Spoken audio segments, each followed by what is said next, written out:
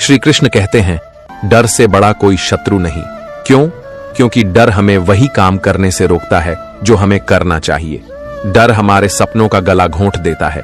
डर हमें जिंदा होते हुए भी अंदर से मार देता है।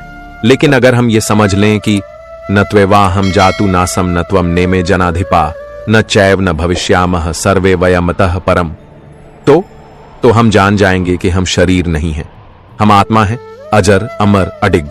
और आत्मा को क्या हार सकता है? कोई दुख, कोई असफलता, कोई आलोचना नहीं। जब आत्मा अजर है, जब वो कभी मिटती नहीं, तो फिर डर किस बात का? तो जो कांप रहा है, जो हार मान रहा है, वो कौन है? वो तो हमारा मोह है, भ्रम है, ये शरीर का अभिमान है। सच्चा मैं तो वो है जो हर बार गिर कर उठता है, जो हर असफलता में भी कुछ सीखता है, जो हर चुनौती को कृष्ण की परीक्षा मानकर पार करता है। क्योंकि सफलता सिर्फ कुछ हासिल करने का नाम नहीं है। सफलता का असली अर्थ है अपने स्वधर्म को पहचानना और पूरी निष्ठा से बिना फल की चिंता किए उसे निभाते जाना। बस यही गीता सिखाती है और यही जीवन का सार है। समाप्त नहीं, शुरुआत है यह। क्योंकि गीता का हर शब्द, हर पल हमारे भीतर के अर्जुन को जगाने के लिए कहा गया है। अगर इसने आपको छू लिया हो तो अब सिर्फ सुनना नहीं, जीना शुरू करो। कृष्ण कहते हैं, स्वधर्मे निधनम श्रेयः परधर्मो भयावह। अपना धर्म निभाते हुए मृत्यु भी आ जाए तो श्रेष्ठ है, दूसरे के धर्म का पालन भयावह है। हम अक्सर दूसरों से तुलना करने लगते हैं। उसका बिजनेस चल रहा है, मेरी नौकरी अटक रही है, उसने इतना कुछ पा लिया, मैं अब भी वहीं हूं। लेकिन क्या आपने कभी खुद से पूछा, मैं अपने धर्म पर हूं या परधर्म पर? आपका स्वधर्म क्या है? किसी के लिए वह पढ़ाना हो सकता है, किसी के लिए ईमानदारी से व्यापार करना और किसी के लिए दूसरों की सेवा। भगवद गीता हमें यही सिखाती है, कर्म करते चलो, फल की चिंता मत करो। योगस्थ कुरु कर्माणि संगम त्यक्त्वा धनंजय सिद्ध्य सिद्ध्यो समो भूत्वा समत्वम योग उच्यते। सफलता और असफलता दोनों में समान रहो, यही सच्चा योग है। आज की युवा पीढ़ी सबसे ज्यादा रिजल्ट ओरिएंटेड हो गई है। हर कोई पूछता है, मुझे क्या मिलेगा? लेकिन श्री कृष्ण कहते हैं, तू कर, मैं देख लूंगा तुझे क्या देना है। श्री कृष्ण का उपदेश केवल युद्ध के लिए नहीं था, बल्कि हर दिन के संघर्षों में खड़े रहने के लिए था। जब कोई अपना धोखा दे दे, जब रास्ता थकाने लगे, जब कोई सहारा न हो, तब गीता कहती है, तू अकेला नहीं है, मैं हूं तेरे साथ। सर्वधर्मान परित्यज्य मामेकम शरणम व्रज अहम त्वां सर्व पापेभ्यो मोक्षयिष्यामि मा शुचः। सभी धर्मों को त्याग कर मेरी शरण में आ जा, मैं तुझे सारे पापों से मुक्त कर दूंगा। चिंता मत कर। क्या आपने कभी सोचा है, जब हम पूरी श्रद्धा से श्री कृष्ण की शरण में जाते हैं, तब हमारे जीवन के सारे विषाद, सारे अवसाद, सारे द्वंद्व मिट जाते हैं। गीता कहती है, मनुष्य खुद ही अपने मित्र है और खुद ही शत्रु। उद्धरेदात्मनात्मानं नात्मानं वसादयेत आत्मैव ह्यात्मनो बंधुरात्मैव रिपुरात्मनः। अपने मन को ऊपर उठाओ, नीचे मत गिराओ। मन को साध लिया तो सब कुछ पा लिया। इसलिए श्री कृष्ण बार बार कहते हैं, ध्यान में बैठो, आत्मा को जानो, कर्म करो लेकिन आसक्ति के बिना। जब आप निष्काम भाव से कुछ करते हैं, आपका कर्म पूजा बन जाता है, और जब कर्म पूजा बन जाए तो जीवन सफल हो जाता है। प्रिय श्रोताओं, श्रीमद् भगवद गीता कोई पुरानी किताब नहीं, ये हर उस व्यक्ति के लिए है जो कुछ बनना चाहता है, कुछ पाना चाहता है, खुद को पहचानना चाहता है। अगर आप असफल हो गए हैं, अगर आप थक चुके हैं, अगर आपको जीवन में अंधेरा ही अंधेरा लग रहा है, तो एक बार श्री कृष्ण की गीता उठाओ और पढ़ो। आपको रास्ता मिलेगा, आपको ऊर्जा मिलेगी, और सबसे बड़ी बात, आपको खुद से प्यार हो जाएगा। क्योंकि श्री कृष्ण यही कहते हैं, जब तू खुद को जान लेगा तभी तू मुझे जान पाएगा। तो आओ श्री कृष्ण के इन दिव्य वचनों को अपने जीवन में उतारें, सच्चे कर्मयोगी बने, अपने जीवन को सफलता की ओर ले जाएं और एक सुंदर शांतिपूर्ण संसार की ओर बढ़ें। जब अर्जुन ने श्री कृष्ण से कहा, हे केशव, मेरा मन विचलित है, मैं भ्रमित हो गया हूं, मुझे समझ नहीं आ रहा कि क्या सही है क्या गलत, तो श्री कृष्ण ने मुस्कुराते हुए कहा, अशोच्यानन्व शोचस्त्वं प्रज्ञावादांश्च भाष्य गतासु न गतासूंश्च नानुशोचन्ति पंडिताः। तू जिनके लिए शोक कर रहा है वे तो न कभी जन्मे थे न कभी मरेंगे। जो बुद्धिमान होता है वह न मृतकों के लिए शोक करता है न जीवितों के लिए। यहां श्री कृष्ण हमें मोह के बंधन से मुक्त करते हैं। जीवन में सबसे बड़ी बाधा क्या है? मोह, लगाव, अपनों से जुड़ी अपेक्षाएं, और जब वे अपेक्षाएं टूटती हैं तो होता है दर्द, शोक और अवसाद। श्री कृष्ण कहते हैं, मोह में मत फंसो, प्रेम करो, लेकिन बिना बंधन के। यह सर्वत्रानभिस्नेहस्तत्तत् प्राप्य शुभाशुभम नाभिनंदति न द्वेष्टि तस्य प्रज्ञा प्रतिष्ठिता। जो शुभ अशुभ को संभाव से देखता है वो ही सच्चा ज्ञानी है। आज हम जीवन की छोटी छोटी बातों में उलझ जाते हैं। कोई कुछ कह दे तो हम दुखी हो जाते हैं, कोई धोखा दे दे तो टूट जाते हैं, कोई साथ छोड़ दे तो आत्मविश्वास खो बैठते हैं। पर श्री कृष्ण कहते हैं, जो चला गया वह तेरा था ही नहीं, और जो तेरे साथ है उसे बांधने की जरूरत नहीं है, क्योंकि सच्चे रिश्ते बंधन नहीं मांगते, समर्पण मांगते हैं। अब बात करते हैं चिंता की। आज का मनुष्य सबसे ज्यादा परेशान है तो भविष्य की चिंता से। कल क्या होगा? अगर ये काम ना हुआ तो, अगर मैं असफल हो गया तो, अगर वो मुझे छोड़ गया तो। श्री कृष्ण ने यही तो कहा, योगः कर्म सुकौशलम। जो काम तुम अभी कर रहे हो उसे पूरी लगन से, निष्ठा से करो, यही योग है। जब तुम वर्तमान में जियोगे तो भविष्य स्वयं संवर जाएगा। और यदि चिंता फिर भी सताए तो श्री कृष्ण का यह वचन याद रखना, अनन्याश्चिन्तयन्तो मां ये जनाः पर्युपासते तेषां नित्याभियुक्ताना योगक्षेमम वहाम्यहम्। जो सच्चे मन से मेरा ध्यान करते हैं उनके लिए मैं स्वयं उनकी जरूरतें पूरी करता हूं। सोचिए, क्या आपने कभी श्री कृष्ण पर खुद को छोड़ा है? क्या आपने कभी बिना शर्त, बिना शंका के कहा है, हे माधव, अब सब तेरा है? जिस दिन आप ऐसा कह देंगे उसी दिन आप चिंता से मुक्त हो जाएंगे। अब बात करते हैं अहंकार की, जो हमारी आत्मा और भगवान के बीच सबसे बड़ी दीवार बन जाता है। श्री कृष्ण कहते हैं, अहंकारम बलम दर्पम कामम क्रोधम परिग्रहम विमुच्य निर्ममः शांतो ब्रह्म भूयाय कल्पते। जो अहंकार, दर्प और क्रोध को छोड़ देता है वो परम शांति को प्राप्त करता है। जब हम कहते हैं, मैंने ये किया, मेरे कारण ये संभव हुआ, मुझसे अच्छा कोई नहीं, तो हम श्री कृष्ण से दूर जा रहे होते हैं। वास्तविक बल, वास्तविक सफलता तब आती है जब हम विनम्र होते हैं। जो व्यक्ति कहता है, हे प्रभु, मैं कुछ भी नहीं हूं, सब कुछ तू ही है, उसी को श्री कृष्ण अपनाते हैं। और अंत में श्री कृष्ण का सबसे पवित्र वचन, जो समर्पण की पराकाष्ठा है, मां मनः स्मर युध्य च मय्येव मन आधत्स्व मयि बुद्धिम निवेशय। मुझे याद करो, युद्ध करो, मन मुझ में लगाओ, बुद्धि मुझ में समर्पित करो। प्रिय श्रोताओं, श्री कृष्ण हमसे युद्ध की बात नहीं कर रहे, वे हमसे जीवन के संघर्षों में डटकर खड़े रहने को कह रहे हैं। हर सुबह एक नया रण है, हर दिन एक नया महाभारत है, जहां एक ओर मोह, चिंता, अहंकार, क्रोध खड़े हैं और दूसरी ओर श्रद्धा, कर्म, प्रेम और समर्पण।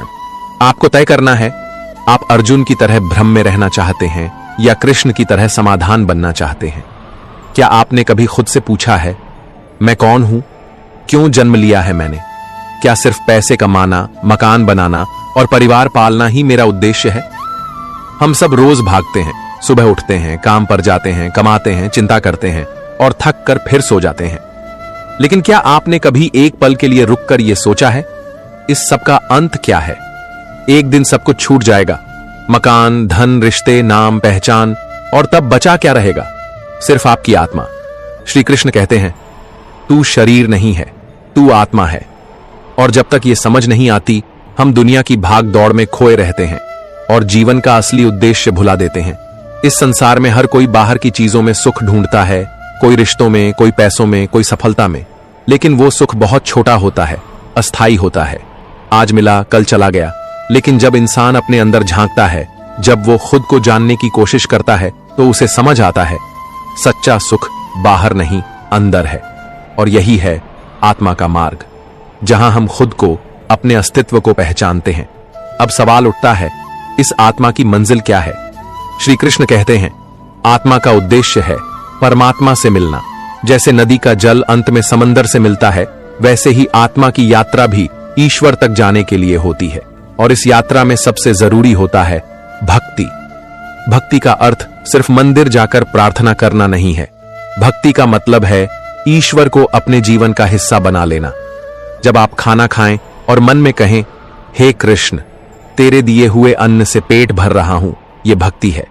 जब आप दुख में कहें, हे कृष्ण, मैं टूटा हूं लेकिन तुझसे जुड़ा हूं, ये भक्ति है। जब आप सफलता पाएं और कहें, ये मेरी नहीं तेरी कृपा है, ये भक्ति है। भक्ति तब होती है जब हम हर हाल में, चाहे अच्छा हो या बुरा, श्री कृष्ण को न भूलें, क्योंकि ईश्वर से जुड़ाव कोई रस्म नहीं है, ये एक रिश्ता है, एक ऐसा रिश्ता जो कभी नहीं टूटता। श्री कृष्ण सिर्फ एक देवता नहीं, वो एक मित्र हैं, एक मार्गदर्शक हैं, एक साथी हैं। वो तभी करीब आते हैं जब हम उन्हें दिल से पुकारते हैं।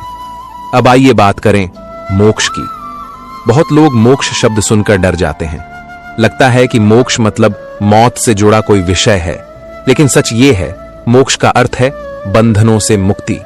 आज हम मोह, क्रोध, लालच, ईर्ष्या, चिंता, अहंकार के बंधनों में बंधे हुए हैं।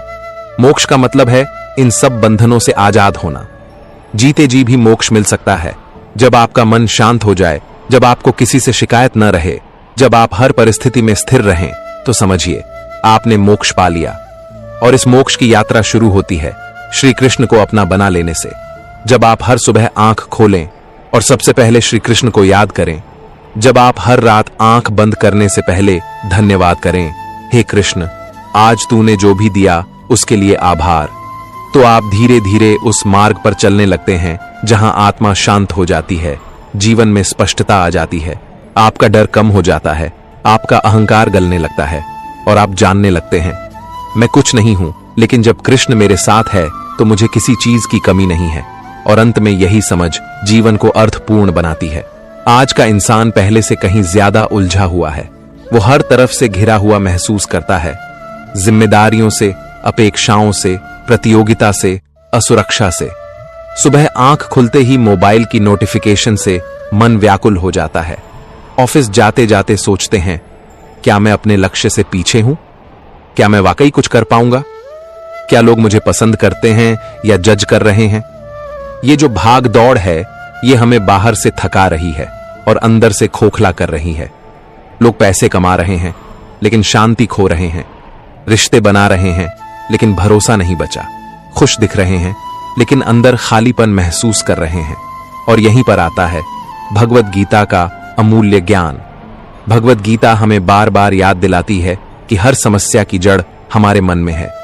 दुनिया वही रहती है, परिस्थितियां भी वही, लेकिन जब हमारा मन स्थिर हो जाता है तो वही कठिन परिस्थिति भी हमें झुकाने की बजाय मजबूत बना देती है।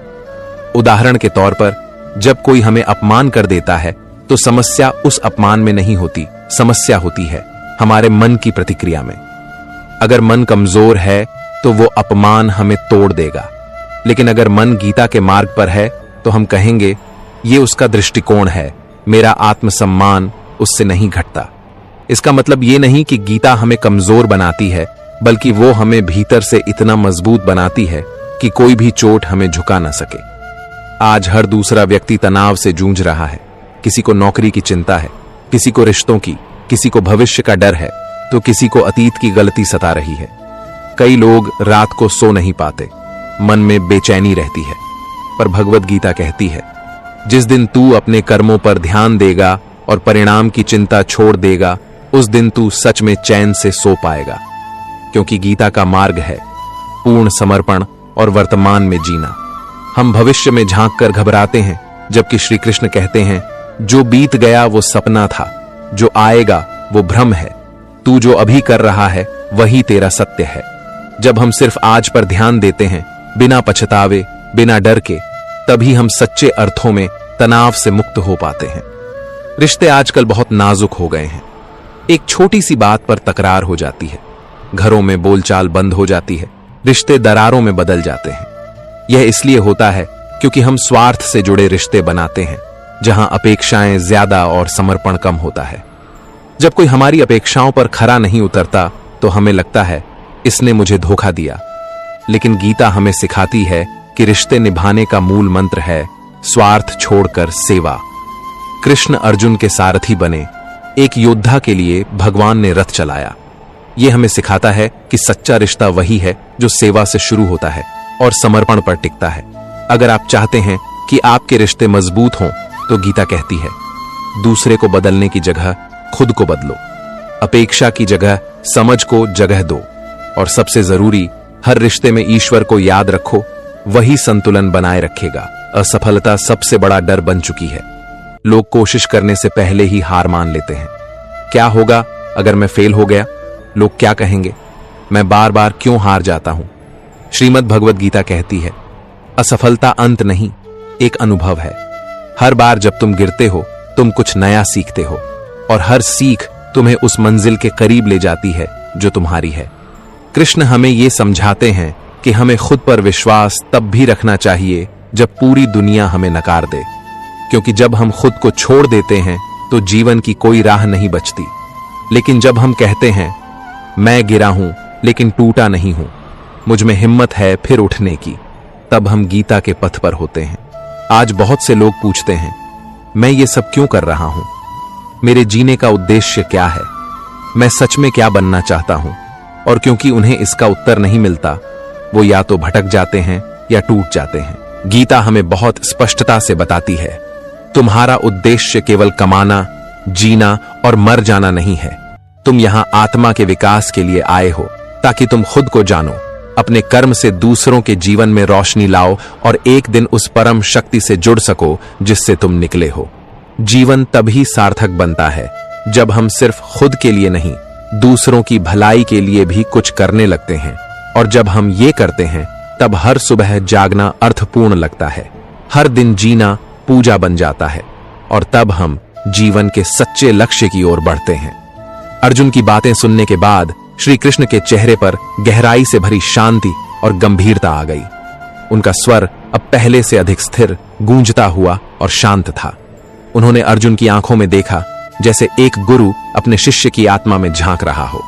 श्री कृष्ण बोले, अर्जुन, तुम जिस मोह, करुणा और भय में फंसे हो, यह कोई नई बात नहीं है। हर मानव जब अपने कर्तव्य के मार्ग पर चलता है तो वह इन भावनाओं से टकराता है, लेकिन जो इनमें उलझ गया वह जीवन के सबसे बड़े सत्य को नहीं जान पाता। श्री कृष्ण ने अर्जुन से कहा, तुम इस शरीर को देख रहे हो और उससे जुड़ी अपनी भावनाओं को पकड़ बैठे हो, लेकिन अर्जुन, यह शरीर नश्वर है, यह मिट्टी से बना है और एक दिन मिट्टी में ही मिल जाएगा। तुम्हारे प्रियजन जिनसे तुम इतना मोह कर रहे हो, वे भी केवल शरीर हैं।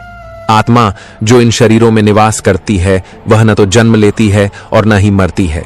तुम जिसे मारने जा रहे हो वह केवल शरीर है, आत्मा नहीं।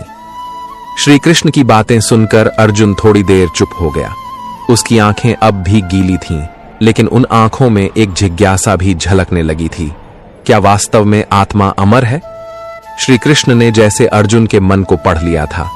उन्होंने आगे कहा, अर्जुन, जिस तरह मनुष्य पुराने कपड़े उतार कर नए पहनता है, उसी तरह आत्मा एक शरीर छोड़कर नया शरीर धारण करती है। यह केवल परिवर्तन है, विनाश नहीं। श्री कृष्ण ने अर्जुन को समझाया कि जीवन में मृत्यु उतनी ही स्वाभाविक है जितनी कि जन्म। जो जन्मा है वह एक दिन मरेगा और जो मरा है वह पुनः जन्म लेगा। इसीलिए जो निश्चित है उस पर दुख क्यों करना? उन्होंने कहा, तुम जिनके लिए दुखी हो रहे हो वे कभी नष्ट नहीं होंगे। वे केवल शरीर रूप से तुम्हारे साथ नहीं रहेंगे। क्या तुमने कभी देखा है कि जब कोई प्रिय व्यक्ति मरता है तो उसके शरीर को अग्नि को समर्पित कर दिया जाता है, लेकिन तुम्हारे मन में उसकी यादें, उसकी बातें, उसकी आत्मा जैसे अब भी जीवित रहती हैं? क्योंकि आत्मा अमर है अर्जुन। यह कहते कहते श्री कृष्ण का स्वर धीमा नहीं हुआ, बल्कि अब उसमें एक अडिग स्थिरता थी, एक गहरी समझ जो उन्होंने स्वयं जीवन के हर पक्ष को अनुभव करके पाई थी। दोस्तों, आपको यह वीडियो पसंद आया तो कमेंट में राधे कृष्णा लिखना नहीं भूलना और चैनल को सब्सक्राइब तथा वीडियो को लाइक अवश्य करें।